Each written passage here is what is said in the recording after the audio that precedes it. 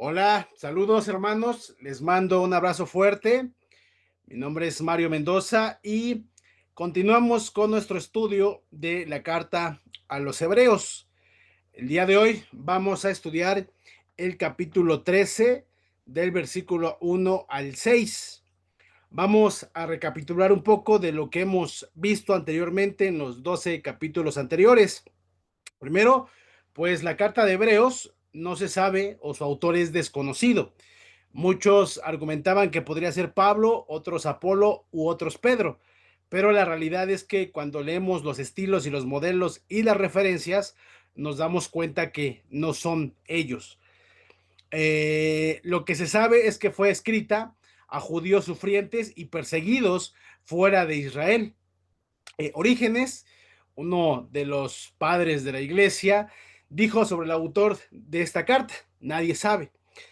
El propósito del libro es el saltar a Cristo. Muy bien. Eh, Vamos a recordar la audiencia original a la que fue escrita, pues fue a una audiencia judía que había creído, pero que tenía un trasfondo judío.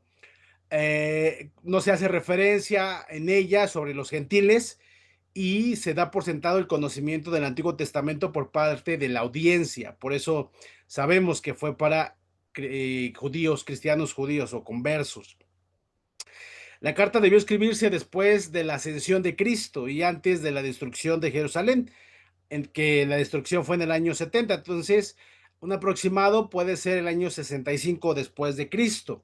Ahora, este dato no es menor o no lo comento por comentar, sino es importante porque nos vamos a dar cuenta que fue para animar a creyentes que ya tenían más de 30 años en el camino del Señor y que estaban pasando por pruebas y dudas sobre su fe. Ah, los primeros 11 capítulos, pues es pura doctrina y está completamente dirigida a los judíos que habían recibido el Evangelio, pero que necesitaban ser afirmados en la superioridad del nuevo pacto.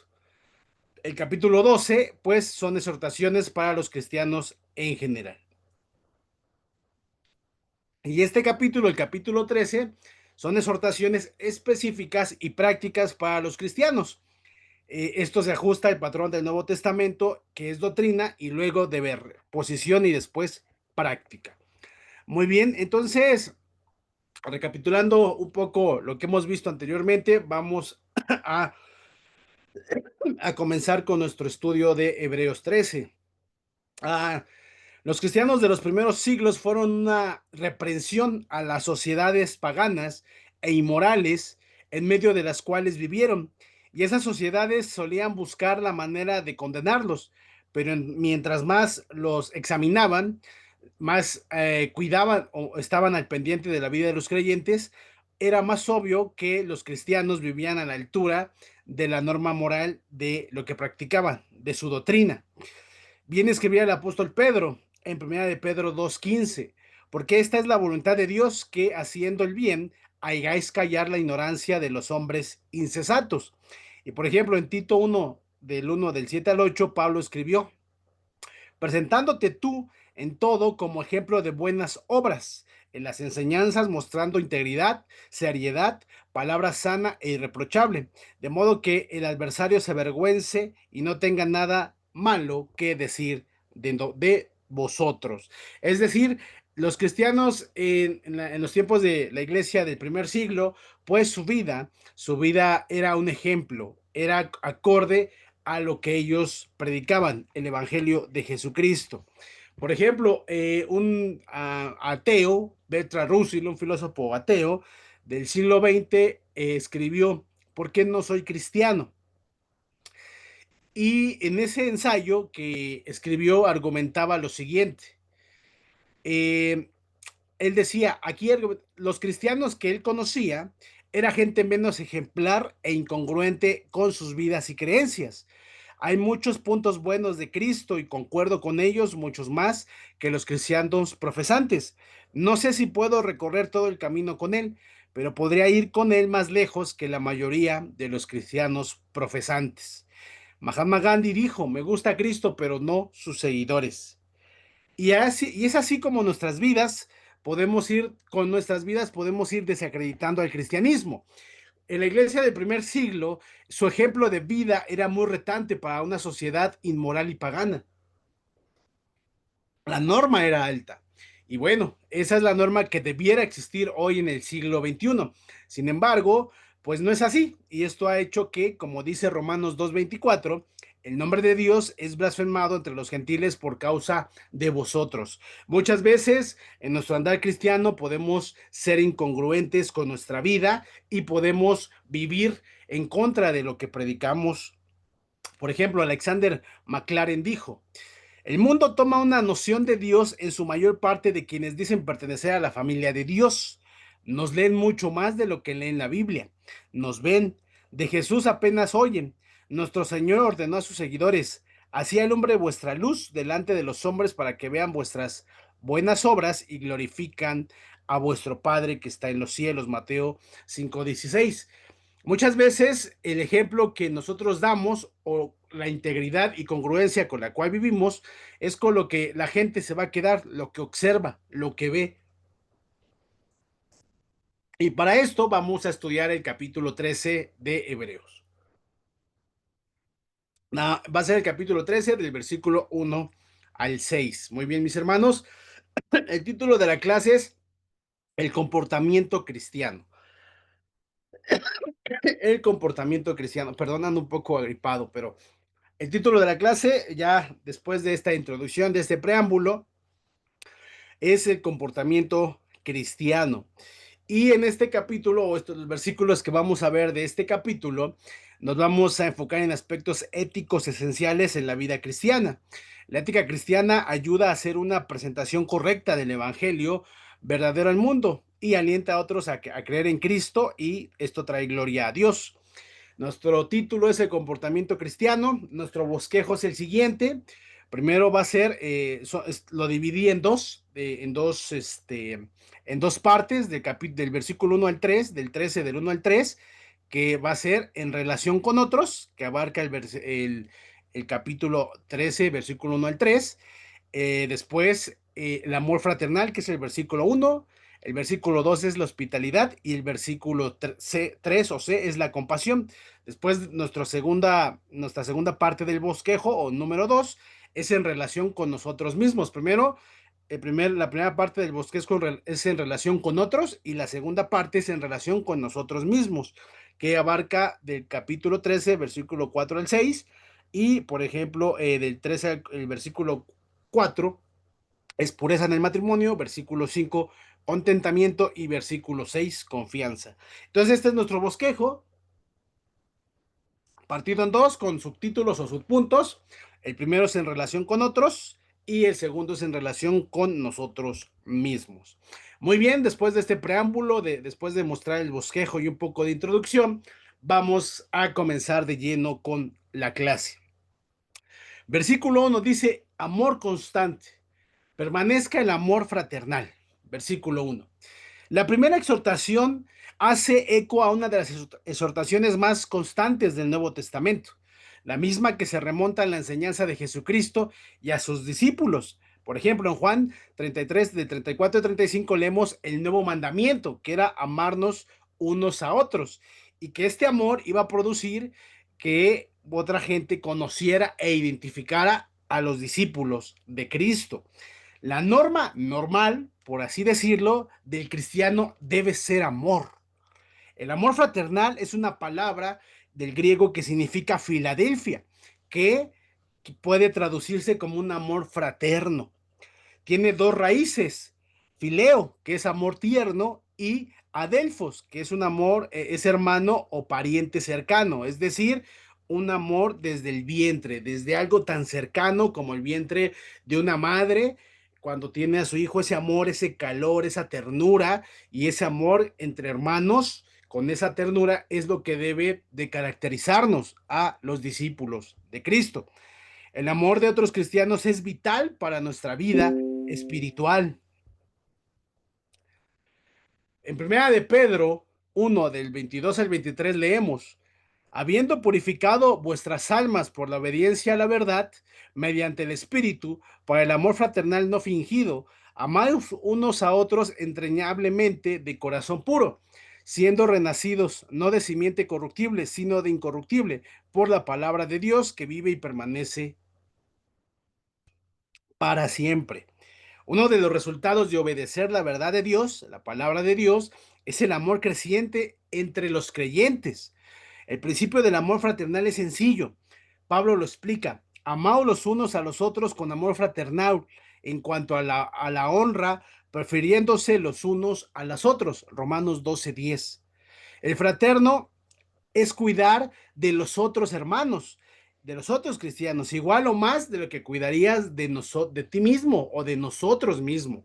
El llamado y el comportamiento que espera Dios es ese amor, el amor fraternal, un amor puro, un amor profundo.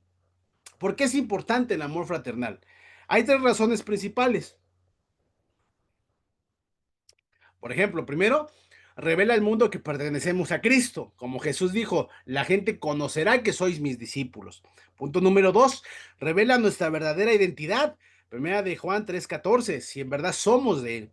Y número tres, agrada a Dios. Salmo 133:1. Qué bueno y agradable es que los hermanos vivan en armonía.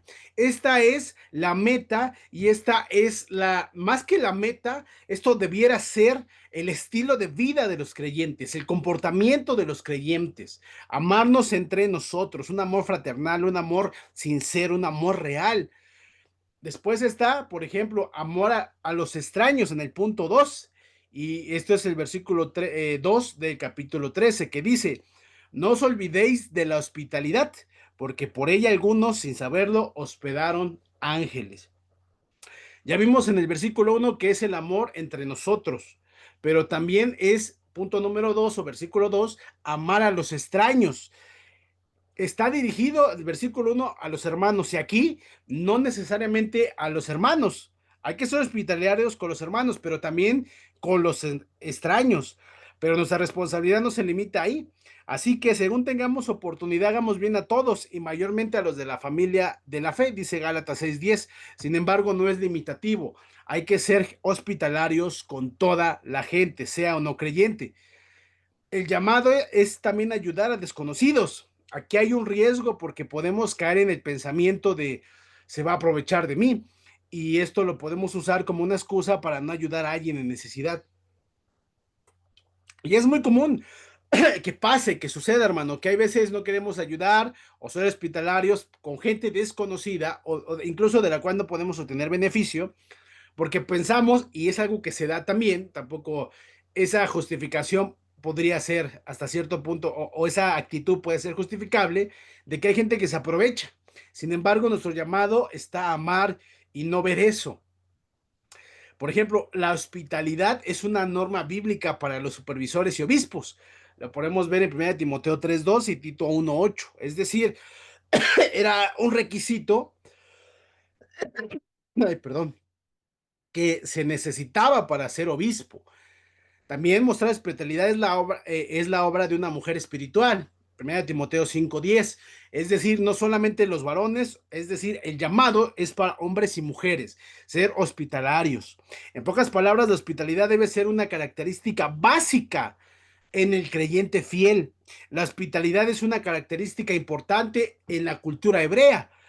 Desde la ley se invita a hospedar al extranjero y a brindar asilo a quien lo necesita y cuando la persona estaba siendo hospedada tenía el derecho de recibir toda la protección de parte del hospedador. Es decir, parte de la cultura hebrea era esto, ser hospitalarios. Los judíos tenían un dicho.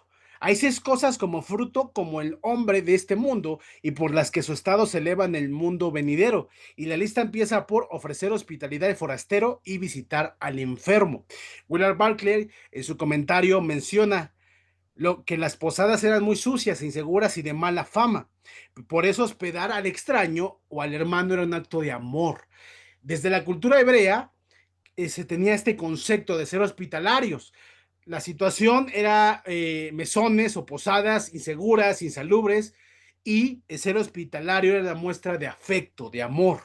También cuando la iglesia estaba surgiendo, era un reto hospedar a los extraños, ya que no se sabía si en verdad eran extranjeros que necesitaban ser hospedados o era gente que andaba de manera incógnita buscando perseguir a la iglesia o con intenciones de dañar a la iglesia. Era un reto. Sin embargo, el llamado nunca se bajó, el estándar nunca se bajó. Siempre era amar incondicionalmente, confiando en la provisión de Dios.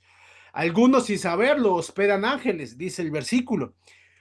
Crisóstomo menciona, la recompensa fue mayor precisamente porque lo hicieron sin saber que eran ángeles. De haberlo sabido, su hospitalidad no tendría nada de extraordinario. Hospedaron ángeles. Este versículo hace alusión a Génesis 18 del 1 al 3, donde Abraham salió al camino para ayudar a los tres hombres que iban pasando por su tienda. No sé si lo recuerdas. No esperó a que le pidieran ayuda, sino que él se ofreció, que era parte de la cultura hebrea.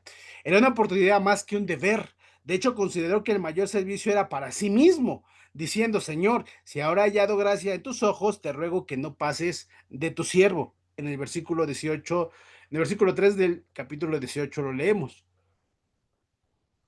Abraham no tenía idea que dos hombres eran ángeles y el tercero era el mismo Señor. Sin embargo, él era hospitalario, tenía esa convicción. Hay un sentido en el cual siempre servimos al Señor cuando somos hospitalarios. De cierto os digo que en cuanto lo hacéis a uno de estos mis hermanos más pequeños, a mí lo hacéis, dice nuestro Señor en Mateo 25:40. Es decir, tanto en el Antiguo Testamento como en el Nuevo Testamento eh, le da un lugar importante a ser hospitalarios. Alimentar al hambriento. Voy a cerrar la cámara porque está fallando un poco el internet. Alimentar al hambriento es albergar desconocidos, vestir al desnudo y visitar al prisionero en el nombre del Señor. Dice que es servirlo.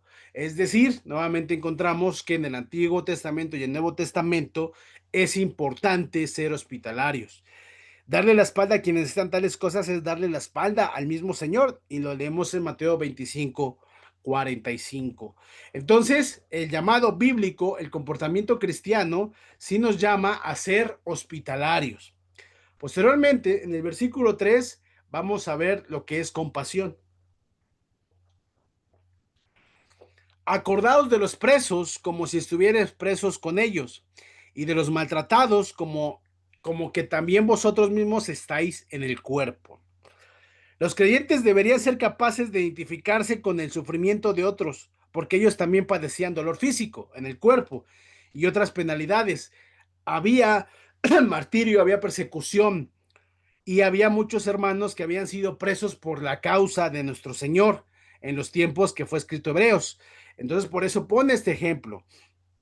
Otro ejemplo de amor mutuo es la visita a los presos creyentes que lo están por causa de la fe.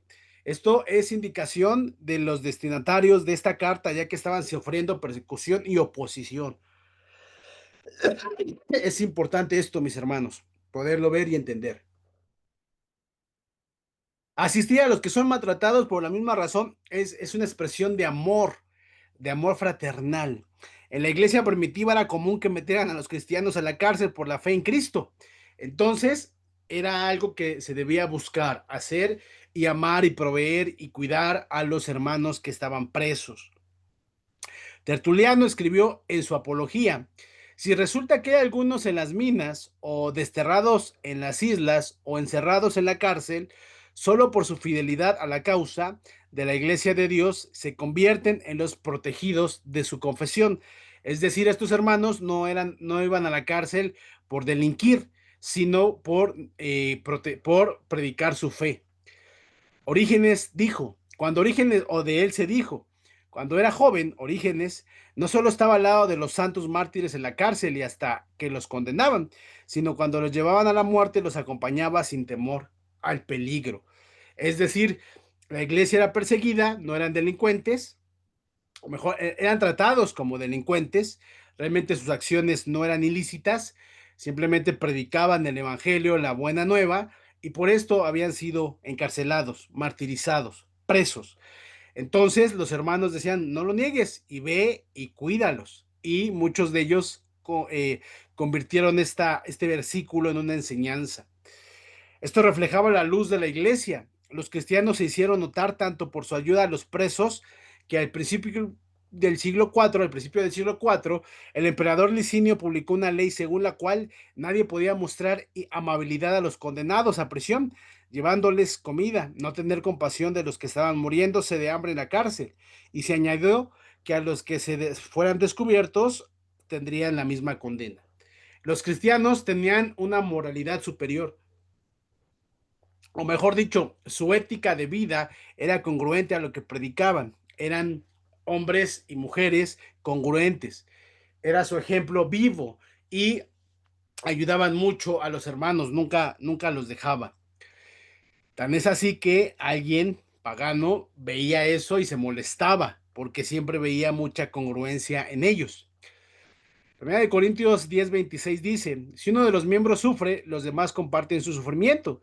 Y si uno recibe honor, los demás se alegran con él. Somos un mismo cuerpo, somos una misma familia. Si alguien sufre, sufrimos. Si alguien goza, gozamos. Todos juntos. Debemos mostrar compasión siempre al menos de tres maneras importantes. Una forma es estar ahí. Otra forma de compasión es una ayuda directa. Pablo agradeció a los filipenses por participar en su aflicción, dándole dinero para realizar su ministerio en otras partes. Lo podemos leer en Filipenses 4, del 14 al 16. La segunda forma u otra forma es mostrar compasión por medio de la oración. Es decir, hay tres formas de mostrar compasión en la gente. De forma directa, ayudándolos de manera directa, otro orando por ellos, ¿no? Pablo nuevamente da un ejemplo de esto cuando le recuerda a los colosenses, acordaos de mis prisiones. Pablo mismo fue prisionero por la causa y él le pide que oraran por él y les agradece y dice, acordaos de mis prisiones. Y otra forma de mostrar compasión es ayudarnos a llevar las cargas espirituales, ¿no? Unos a otros, como dice Gálatas 6:2. Entonces ya vimos los primeros 3 puntos de nuestro bosquejo, los primeros 3 versículos acerca del comportamiento cristiano, primero con otros o con otros. Ahora es con nosotros mismos y va a ser del versículo 4 al 6 del capítulo 13. Eh, Primero, versículo 4 dice, honraos, honroso sea en todo el matrimonio y el hecho sin mancilla, pero a los fornicarios y a los adúlteros los juzgará Dios. Este título se llama Pureza en el matrimonio.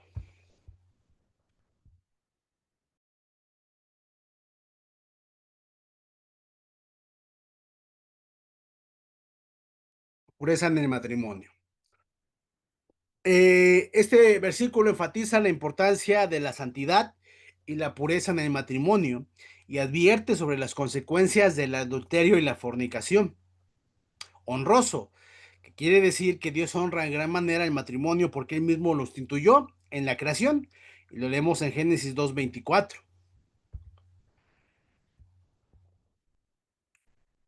Pero algunos de la iglesia primitiva, por ejemplo, consideraban que el celibato era más santo que el matrimonio, una idea que Pablo denuncia con vigor y fuerza en 1 Timoteo 4:3, donde escribe que prohibirán casarse y mandarán a abstenerse de alimentos que Dios creó para que con acción de gracias participasen de ellos los que creen y han conocido la verdad. Eh, en la iglesia se está entrando,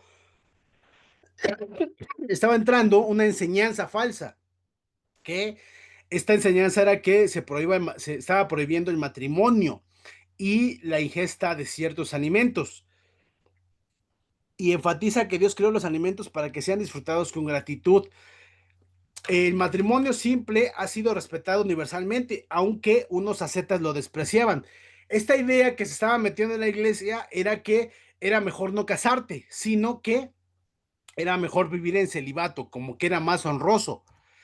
Y Pablo duramente en 1 Timoteo dice y señala esta doctrina o esta enseñanza falsa. Bueno, también en Hebreos se estaban metiendo este tipo de pensamiento.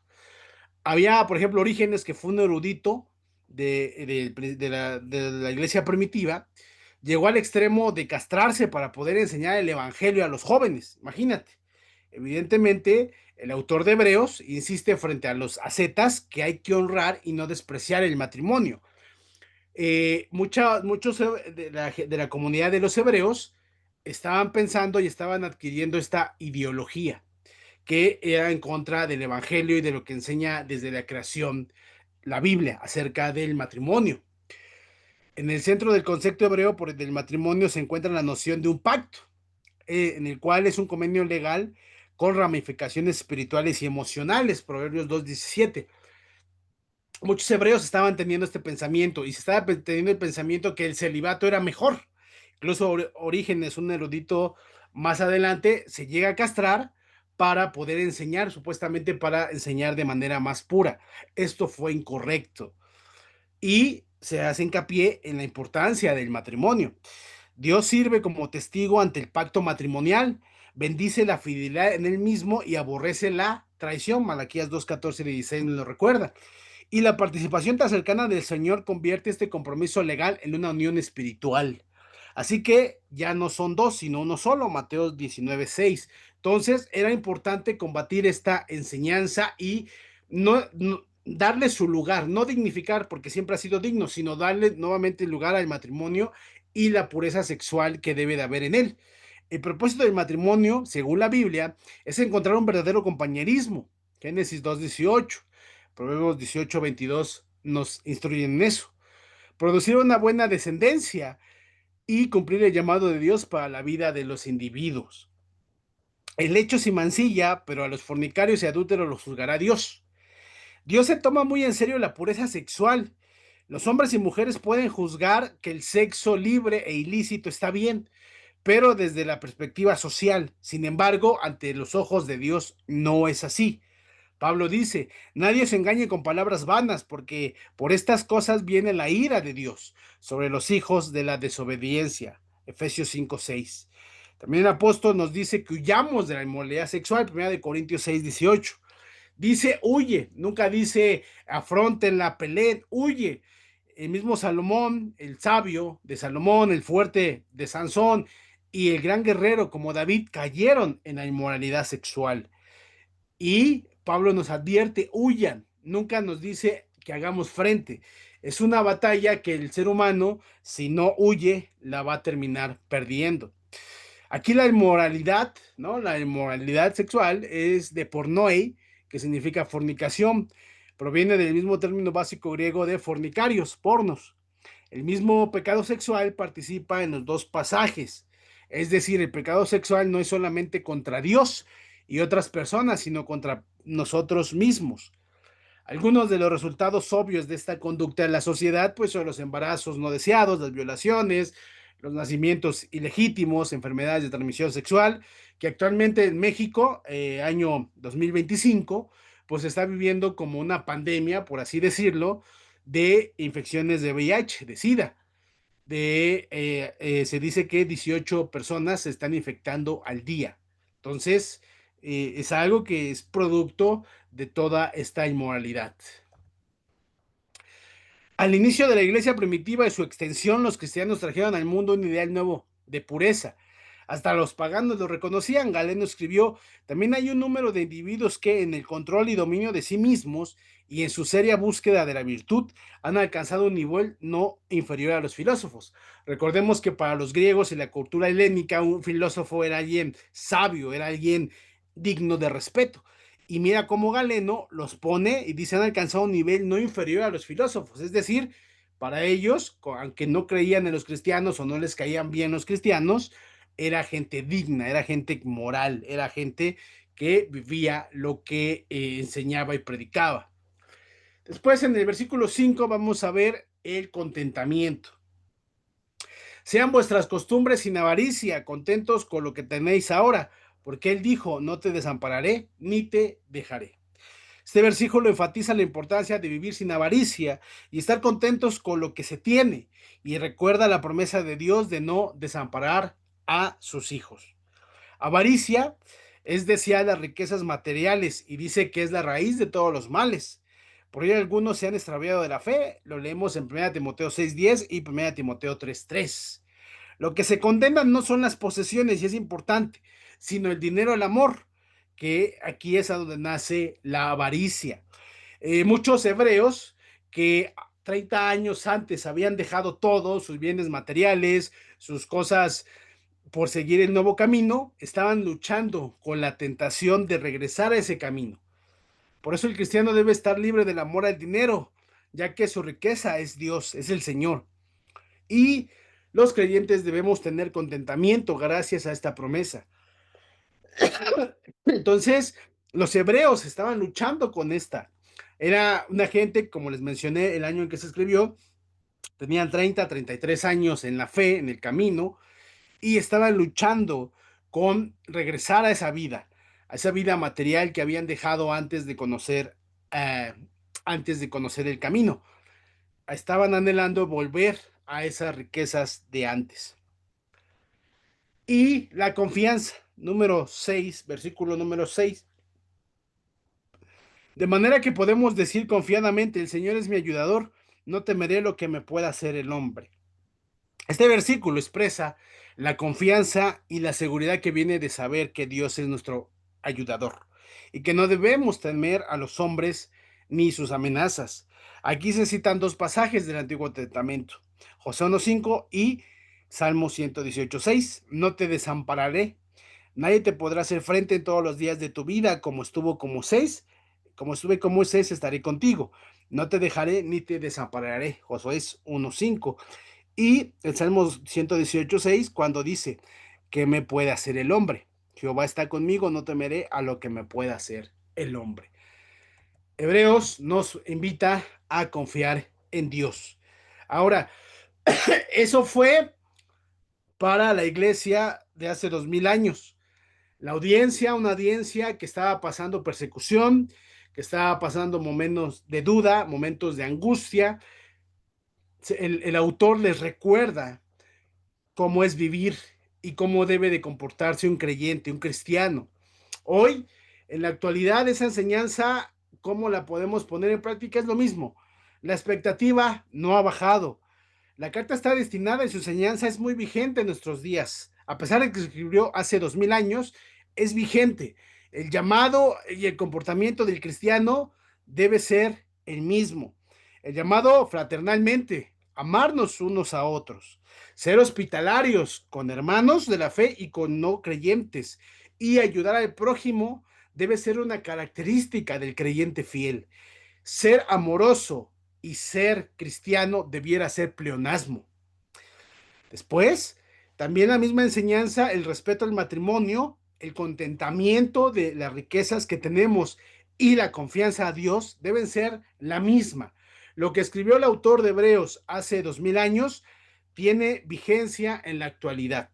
Tiene vigencia y el llamado es amarnos fraternalmente, a ser hospitalarios, ayudarnos y ser compasivos entre nosotros, tanto con los de la fe como el prójimo, a respetar y ponderar el matrimonio, a contentarnos con las riquezas y los bienes que tenemos y a confiar en Dios.